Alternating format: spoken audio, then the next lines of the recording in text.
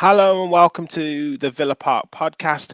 We are back again with our Talking Tactics show where we delve a little bit deeper into the previous game and this one's a great one to delve into because it was a masterful away performance. We've talked about this tactical masterclass that Unai Emery um, thought of and the players put out on the pitch, and who better to analyze this than our football data expert analyst Gareth. How you doing, mate? Happy New Year for Yeah. you.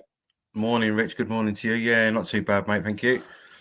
Good. So yeah, first of all, before we delve into it all, we've got we've got our usual slides in terms of player influence, passing combinations. We've got stills in terms of things that you wanted to go over in terms of key points that you wanted to point out. But just in general, mate, I mean, what a difference in terms of away performance. The surprise that Villa supporters have had of the control that we had in this game and the way that we executed the game plan is just so refreshing. Yeah, I mean it was fantastic, wasn't it? I mean, what I would like to say first of all, I think is that Spurs were poor. I think we Yeah, should all remember that as much as Villa were good, it was helped very much by the fact that Spurs were very poor. I mean, but our game plan, yeah, was spot on. It's exactly what I tweeted sort of post match, and I think it's got a hell of a lot of like my tweet just to say that the fact that Sky were, you know, bigging up Tottenham and talking about Tottenham the whole time, but yet never mentioned anything about Villa and the way that they performed and the way that they played and the way that they executed the game plan perfectly. It just wasn't mentioned, and that was my big bugbear about it. But yeah, I think you can't take anything away from them. The setup was fantastic. It was sort of it's sort of like a bit of an out of body experience almost because we didn't have to do that much or play massively, sort of really great to win the game. yeah. No, I totally agree. And we were talking on last night's episode, more of the Wolves preview, but also on our Tottenham reaction as well. Just how the credit, rather than the credit going to Villa, it was all about how badly Tottenham played, and that tends to Yeah. happen. It does tend to happen, but you know. Look, it gives us the opportunity to go into more detail about what we did really well and dive into it. So let's get into it, mate. Yep. First one we've talked around is the passing combinations, and a lot of the time it's been specific passes, mainly from like kind of goalkeeper to centre back and then across and maybe into midfield. But just looking at this, it looks a little bit more spread out. Yeah. What have you kind of seen from this, and how would you decipher this? Yeah, so we're starting to see now what's important. What we can notice here is we're starting to see triangles appear, and the players spread out in two halves of the pitch, so the right side and the left side. So you've got Mings, Digne, and Louise. Although you can't see any passes from Digne to Louise in this instance, and Konsa, Kamara, and Young, you're starting to see these triangles work, sort of like almost divided by half of the pitch, and then the ball is then progressed upfield. There wasn't a great deal of high passing from us in the game. I think our highest one was about 13, I think it was Mings to Digne. I think that was the highest sort of combination, 13 combination. So it wasn't a great deal. But again, sort of fullbacks being involved quite a bit. Digne with the highest expected threat value there, mainly from his sort of passing and everything else and the through balls and everything. But yeah, I think it was, you can see sort of it was a low to mid block, pretty much a low block, let's call it. But yeah, you can see the four across. It's a clear 4-4-2 shape. It's compact. We knew it was compact, and we can see that in the game. So yeah, it's like different, sort of very specific to this game, considering we were Yes. playing against a 3-4-3. So we had to be compact, but it was fantastic the way that especially the two midfield boys, Louise and Kamara, carried out the plan. It was perfect in and out of position. It was perfect. Yeah, and I think, like you say, we're seeing that more spread in terms of those passing combinations, and it's showing that the players are getting used to Emery and his methods, and they're trying things, and they're feeling more confident and comfortable. I mean, one of the passes that I saw, and it probably only happened once or twice, was the options to Olsen were kind of solved by Tottenham. In effect, they shut off quite a few of the options, and what he did was he just played a fizzed pass right into Buendia into the heart of that midfield area, Yeah. and Buendia picked it up on the half turn. So it's just showing you that even if those passing lanes are shut down, the usual type of passes to, your Mings or Konsa, or even out wide to Digne or Young on that occasion, he can still pass it into midfield and play like expansive passes. Yeah, I mean, I think Olsen made or completed 23 passes in the game. So although he's not involved here on this pass map, because this is mainly for passing combinations. So obviously, Yeah, sure. excuse me, I think Olsen 23 passes in the game. So it was incredible that he, and he didn't make many mistakes. Let's be honest. I think Yeah, he had a decent game. Yeah. Yeah. He was dug out a lot in the previous, rightly so. But this game, I thought he did well, and his passing was, like I agree with you, it was pretty decent. Yeah. Well, and this shows into the next one is in that player influence one, and a lot of the time we've seen like Louise or Kamara or even like Mings with huge names, their font size massive, whereas this one is, I mean, Young's got quite a lot of influence, but it seems to be, players spread out, and that kind of links into that passing combinations that we were trying to attack, or we were trying to keep possession in different areas of the pitch. Yeah, I mean, it's a very, like I said before, I think I've mentioned it before. It's a very simple graphic. It's just the text size purely sort of indicates the influence in those sort of the passing sequences as such, not just the passing over, because it's very quite different to that. It's in the whole of the sequences and the influence on that. So yeah, I mean, you expect the two midfield boys to be sort of in there, considering the performance that they did, and they are rightly so. But yeah, Young was definitely interesting. Even though it's interesting, I found on there that even though he was involved in most of the more sequences, Digne provided the most expected threat, as we saw on the passing network, which is quite interesting, really. So difference in sort of roles for them. But yeah, it's interesting. Yeah, I do like this, and I think the more that we have more names, having that larger font size, if you like, I think the better, because it just shows that we can have we can have those passing combinations in different areas. We can be a threat down the right, a threat down the left, or through the middle, or longer passes, whatever it may be. And variety is what is going to help us beat some of these top teams. Yeah, I think a lot of it in the past, don't forget, what we would have seen is that where Buendia's name is there, we would have probably seen that 5 or 10 yards further forward, and it would have been Jacob Ramsey. The shame would have been John McGinn. He would have been further forward, and that means we would have been less compact as well. I know this is an influence graphic, but on the passing network, you can see the average positions. We are more compact, but that was probably a bit Tottenham specific, maybe, but it might be the case moving forward for all of it. But we can definitely see we're more compact, and we're not sort of on average sort of 10 or 15 yards further forward.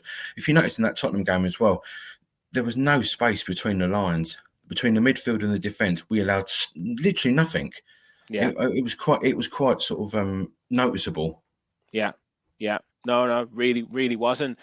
I think the next one, we'll show as to you guys as well is, you wanted to really pick out the XG in terms of the timeline, because obviously the first half was solid and kind of forgettable, to be fair, but we really came out of our shell in the second half. Obviously an early goal helps that, but we continue with that, and you wanted to point out that on this slide here. Yeah, well, I think what I did want to pick out is, and this will be mentioned again a bit later, but the Cash substitution on 66 minutes was in response to Spurs bringing on Ryan Sessegnon on the right hand side, on the left hand side. Sorry, so this sort of opened it up a little bit in terms for us, I think, because you can see on just after the 66 minutes, when we created a few chances, the XG really started to rise up, and that's when we got that goal from Douglas Luiz. And it was quite interesting that, like I say, this just opened up a series of sequences in the second half, and it's obviously because Tottenham started to come forward, they started to press a bit more, so spaces started to open up. They started to sort of hound us a little bit and control the game, or try to control the game a little bit in the second half. But yet we had more success after that, especially after that 66 minute, or the 60th minute, and then Cash, the substitution and everything else. And it sort of tended to open it up for us. Yeah, I think that Cash into that midfield area might be something that we see a little bit more of, because he's obviously played there before with Forest, and maybe the attacking threat mixed with the kind of still the defensive thought process, but maybe not necessarily great 1v1. That might be something that Emery sees and says, rather than playing it right back and having those 1v1s all the time, let's play a little bit further forward. Yeah, I mean, in my notes for the match that I've got here, I did write, "Is this an experiment?" Yeah, as in cash up, right? So they were my initial thoughts were, that's unusual, because we weren't chasing the game. We didn't have to really defend it. We were we were 1-0 up, but yet we were doing okay. There wasn't any pressure. We sort of wasn't having to, on 66 minutes, you're not making a substitution to defend a lead. You're not doing that. So it was almost like he just wanted to solidify in response to the Sessegnon substitution. That was all it was. It wasn't sort of like, oh, we're gonna shore everything up. We're gonna sit on a 1-0 lead. You never felt that. You never felt we were sitting on a 1-0 lead. So that's it's gonna be interesting. We'll see if he uses him tonight, or maybe it could be an away from home thing. We'll see moving forward. Now another player, and we've talked a lot about the midfield and and the setup in possession, out of possession, but you wanted to pick out one particular player in Emi Buendia of kind of how he was kind of held, what his role was out of possession in comparison to what his role was in possession. So just talking us through kind of the out of possession first. What are you spotting here for him? Yeah, this is just a real quick one that I picked up upon. I think we could have easily picked out Douglas Luiz and Kamara in the double pivot. We could have easily picked out John McGinn doing a very similar role. But excuse me, I wanted to pick out Emi Buendia because I thought his role was pivotal. He was the only one that had to sort of manoeuvre himself back in field, as we'll see when we're in possession. But out of possession, he was solid. He went out onto that left-hand side. He backed up Digne. They were just one-on-one with each other. The opposition, Digne on Son and Buendia on Gil, they were sort of in amongst it together. But I thought he played really well out of possession, Emi Buendia. He was strict. He did his job. But then when he was in possession, he sort of did the same thing as well. And then we can see the same thing is he's now come in off that left-hand side to a central position. So into like a left half space position, if you want. And this is in between the lines. And this is a position where you need him to be, because he's in a position where if he receives that ball through that line, he can play in Watkins, he can play in Bailey. So he's in that position. Digne will be further up on that left-hand side, further in the sequence. Yeah. And this is an ideal position. So I thought that was really sort of, his role was really, really well planned out, and he carried it out to perfection, I think. Yeah, and that late run, that late movement into the box kind of paid dividends with the goal. Obviously Watkins did great, but that's what we want, those midfielders getting into the box and I just wanted to see John McGinn do it a little bit more, because I think John McGinn's role was very different. John McGinn's role was to mainly stay out sort of wide right, really, and sort of not come as central as Emi Buendia, but him not being as creative, I suppose that's a sensible thing to do. Sure. And another hallmark of Emery's kind of away performances has been this kind of defensive line, this compactness, this back six, like in quotes. And you wanted to kind of highlight some of the points, first of all with the defensive shape, and then moving into that kind of back six that we kind of talk about. So defensive shape first of all. Gareth, what are your kind of points here that you want to discuss? So the back six thing for me is a bit of a stretch. Not many managers would ever employ, or coach would talk about a back six as such. We're going to employ a back six today. It's just a tweak on a 4-4-2. So basically all you're seeing here is you got the back four, Young, Konsa, Mings and Digne. You can see I've drawn that just a quick red line just to indicate where sort of how straight and how sort of stringent that line is. Obviously you can't see Ollie Watkins in this thing, but you get the gist of it. You've got the 4-4-2, you've got Douglas Luiz stepping out to Højbjerg, and Kamara they would alternate and step out. But where we can almost see the back six here, so you can see McGinn on the right hand side, and you can see Buendia on the left hand side. If they were to drop 5 yards back, you could say that's a back six. But it's not. It's not a back six. It's always a back four. It's just a tweak on that, where you've got Buendia and McGinn who would drop in, because purely for the fact that Spurs would then play two wider players further on in the game. So this is on 11 minutes. Yeah. You can Yeah, see there's a back six. We could talk about a back six, but people were saying, well, there's a back six later on in the game. It wasn't. It was all yeah, game long when it needed to be. It was all game long. Sometimes yeah, it was a back five because McGinn would yeah. drop in, or sometimes and Buendia would drop in, and it was alternating because it depended on which side Spurs had the ball. So back Well, six, this not this quite. this one's late. This one's later in the game, and this is Cash and Coutinho in those positions. So obviously it Perfect shows example there of that it. we, That's what I'm yeah, saying. Yeah. So we've got one on 11 minutes, and we've got one another 81 minutes later doing exactly the same thing. You're not going to play a yeah, back six away from home 11 minutes into the game. So this is what I'm saying, and this is the perfect thing. And but again, we can see it: Coutinho and Cash carrying out the roles perfectly. That's what we need to see. You need to have people have got to be willing to do that work. And this is on 92, like I say, 92 minutes. We weren't even having to defend that hard, were we? no, Let's be honest. It no, wasn't difficult, but yeah, I think it was. That's why I think it was more of an experiment, just to see how sort of in and out of position, how quickly we can change. And Buendia had gone up front at this point, I believe. This is before Danny Ings had gone, but Buendia had gone up front once Leon Bailey had gone off and Cash had come yeah. on. So personnel can change, but the system will be the same. But to say it's a back six is, in my opinion, is a stretch. It's just it's just a tweak on a 4-4-2. Yeah, I also think what shows here is it's really important on whether it's Coutinho or Cash or McGinn or Buendia earlier on is how quickly they can progress forward. So if it's Kamara or Louise get the ball in that midfield, they need to be bombing on. If it's them that get the ball, they need to be looking for options to then move up the pitch quickly. Yeah, yeah. Because that's how we, like you said, our XG kind of improved, even though we were employing that system. And it's about the player on the ball having the options and us getting forward. Yeah, I Us mean, getting I don't forward think quickly. I don't think we'll see this tonight versus Wolves. No, I think it no. was no. I think it was more of a sort of against a sort of a mid against a 3-5-3, a 3-4-3, or a 3-5-2, something like where you're playing against wing backs is probably quite a little bit more essential. But yeah, tonight I think we'll just see Wolves back to that 4-4-2. But it'd be interesting to see with the injuries how he goes about that tonight. Yeah, we'll wait and see. I mean, home is tended to go a little bit more kind of hell for leather almost and try and get out the blocks quickly and get those goals. So, hopefully, I'm sure Emery will have the tactics for tonight, and it's down Yeah, to the players to reenact them. So, yeah. finally, obviously, great move for the second goal, and real good play, and again, it's just so refreshing to see midfielders getting into the box, quality passing on show, and again, you wanted to highlight Louise's goal, but also give a shout out to another player who did some work off the ball that allowed this to happen.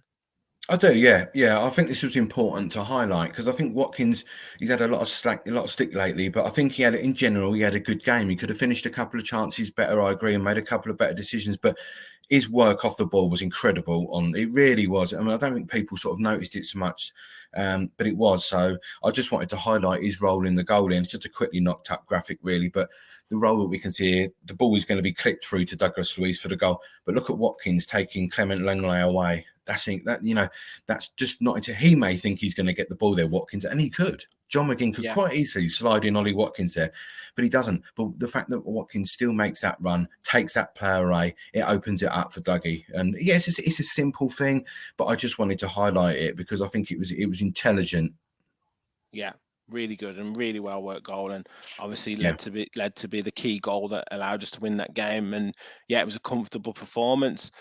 Gareth, that was fantastic tactical breakdown there. Thank you Pleasure. so much for that. Hopefully we get another masterclass tonight against Wolves.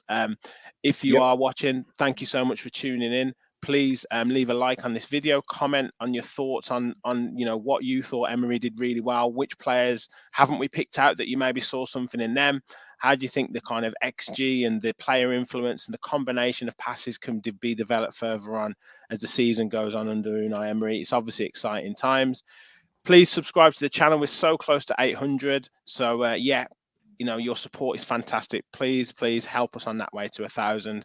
Gareth, thanks so much again. Just let everyone know where you are on Twitter. You've been very vocal on Twitter and people are seeing what you're doing. So it's great stuff. But yeah, if anyone hasn't, let them know where you are, mate. Yeah, everybody knows where I am anyway. But yes, it's at that Garage AJC. When Rich tweets the link for the video today, I'll stick some of the graphics on there as well.